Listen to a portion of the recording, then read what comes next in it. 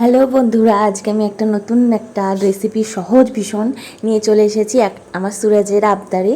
দেখুন, আইসক্রিম বানানোর জন্য কী কী লাগছে: পুদিনা, লেবু, আর হলো চিনি, আর এর মধ্যে লবণ। দেখুন, আর লাগছে একটা জিরার প্যাকেট। যেহেতু আমি 8টা ছোটো সাইজের আইসক্রিম বানাবো, তার জন্য এনাফ হলো একটা জলজিরা আর একটা লেবুর হাফ। প্রথমে জল নিলাম, তার মধ্যে জলজিরাটা দিয়ে দিলাম এবং লেবুর রসটা ভালো করে দিয়ে দিলাম। যে বেশি দেওয়ার দরকার নেই, কারণ এই জলজিরাটা একটু টকটক হয়, তার জন্য আমি হাফ লেবুর রস দিচ্ছি জলের মধ্যে ভালো করে। তার মধ্যে দিয়ে দিলাম, বাড়িতেই আমার মিন্টের পাতাগুলো হয়েছিল, তাই কিছুটা পুদিনা পাতা দিয়ে দিলাম, ভীষণ একটা ফ্রেশ গন্ধ আসবে। আর কিছুটা চিনি আর অল্প করে সল্ট দেবো, কারণ জলজিরাটার মধ্যে অলরেডি অল্প করে সল্ট থাকে, সেই জন্য ভালো করে মিক্সারটা মিক্সড করব।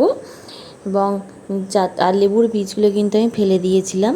আপনারা এখানে দেখে বলবেন হয়তো লেবুর বীজ সহ আমি দিচ্ছি, কিন্তু না। এবার আইসক্রিম মেকার, যেটা আইসক্রিম আমার বরফটা জমবে, আইসক্রিমটা জমবে, তার মধ্যে আমি সমানভাবে, এই দেখুন সুরাজ আমার সাথে বলছি, মিমি আমিও তোমার সাথে আইসক্রিম বানাবো, তাই ও একটু একটু করে দিচ্ছিল, ও তো পারছিল না, তাই আমি দিয়ে দিলাম। সুন্দর করে দেখুন সাজিয়েছি। আর এই আইসক্রিমের এটা দেখুন ABCDEFGH লেখা।